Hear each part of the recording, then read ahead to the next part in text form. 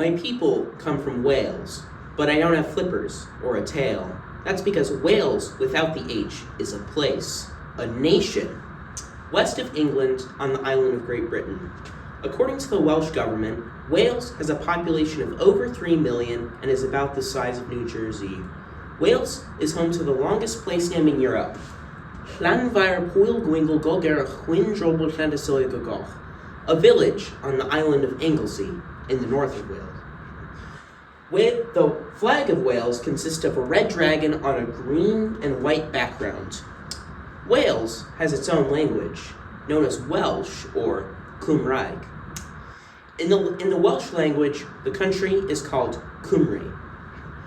The Welsh language is one component of Welsh culture, a culture I have been familiar with since I was very young.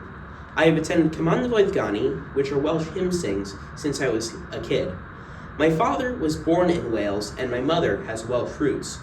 However, I never got to fully experience Welsh culture and history until I journeyed through the land of my ancestors. I visited Wales with my family a few years ago. We journeyed from our home in Spring Green to O'Hare International Airport. We flew from Chicago to Dublin, and then we took the ferry from Dublin to Holyhead, Wales. I got to see a lot of Wales. I visited the north, middle, and south of the country. From the towns of Menai Bridge and Llanfair Pwyl Gwyngal Goger Chwyn Drobl Llantysilio Gogoch on the island of Anglesey in the north of Wales, to the capital of Cardiff, Newport, and Monmouthshire in the south. I visited the towns on the coast, including Aberystwyth, Aberdyfi, and Aberaeron. The names of all of these places begin with the prefix Aber, which refers to the mouth of a river. In Gwynedd, I got to visit the coastal town of Carnarvon and its historic castle. Carnarvon Castle was built by King Edward I of England beginning in 1283 during his conquest of Wales. It is a mighty castle, having been finished in 1323 and costing so much that King Edward ran out of money. The castle stands tall over the town of Carnarvon. I also got to visit Dolbadarn Castle, a Welsh stronghold nestled 8 miles south in the mountains of Eryri, guarding the Llanberis Pass. Eryri, known as Snowdonia in English and refers to the land of eagles, is a Welsh mountainous region and national park in Gwynedd in northern Wales.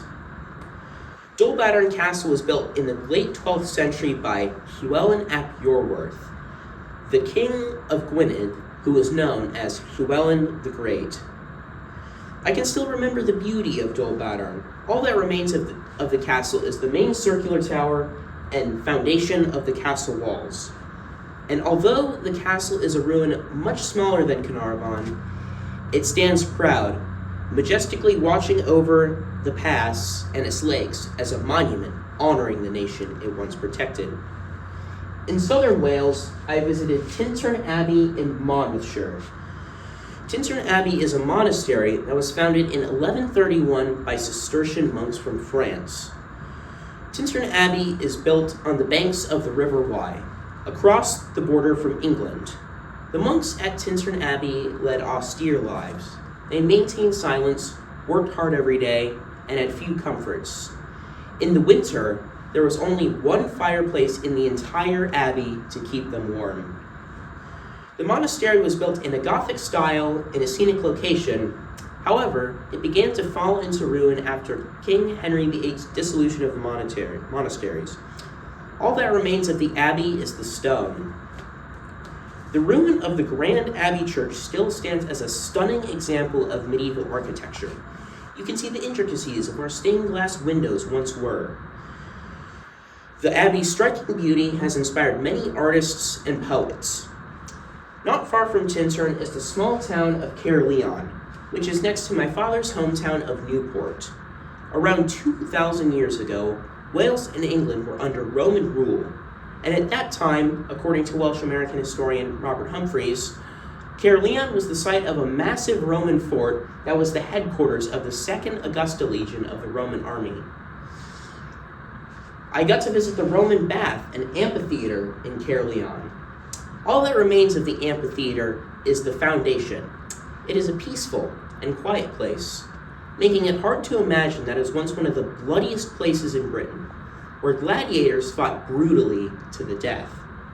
Caerleon is also associated with the legend of King Arthur. I got to visit places from ancient Britain, way before Roman rule. I got to see Pentre Ifan in Pembrokeshire. Pentre Ifan is an ancient burial chamber. It consists of massive rocks, with the capstone being supported by 3 others. According to Cadw, the organization that manages Welsh historic sites, Pentre Ifan dates back to the Neolithic period, over 5,000 years ago. I got to experience the beautiful landscape of Gwynedd on the Talyllyn Railway, which goes through the beautiful Welsh countryside, where sheep graze on grassy mountains and bright pastures separated by dark hedges, through cozy forests with pleasant streams. However, the most profound part of my visit was connecting with my Welsh roots and standing where my ancestors once lived. I got to visit Blaenralthi, which is the humble farmhouse of the Lloyd-Jones family before they settled in America. The farmhouse is located in the countryside of Cardiganshire in West Wales. The Lloyd-Jones family is my mother's family. They moved from Wales to the Wyoming Valley, south of the river by Spring Green. They are a notable Welsh-American family, the most notable member of this family being Frank Lloyd Wright, an architect, whose homes, Taliesin in the Wyoming Valley and Taliesin West in Arizona, are named after an ancient Welsh bard. Another notable member of this family is Jenkin Lloyd-Jones, Frank's uncle and a Unitarian minister. There is a plaque honoring him at Blaenralthi. The Lloyd-Jones family is the reason I live in Spring Green. I got to visit Newport, my father's industrial hometown. Newport, known as Casnewydd in Welsh, is an industrial port city on the southern coast. Newport is around 12.5 miles northeast of Cardiff. I got to meet some of my family in the Newport area. I met my great aunt and uncle John and Val and my cousin Julie. They were all very nice. When we met them, they made us cups of tea, and they were watching the Olympic Games, since they were going on at the time. I had a wonderful time meeting my family in Wales, and even though I am separated by thousands of miles of ocean from the land of my ancestors, I still have living connections to my roots.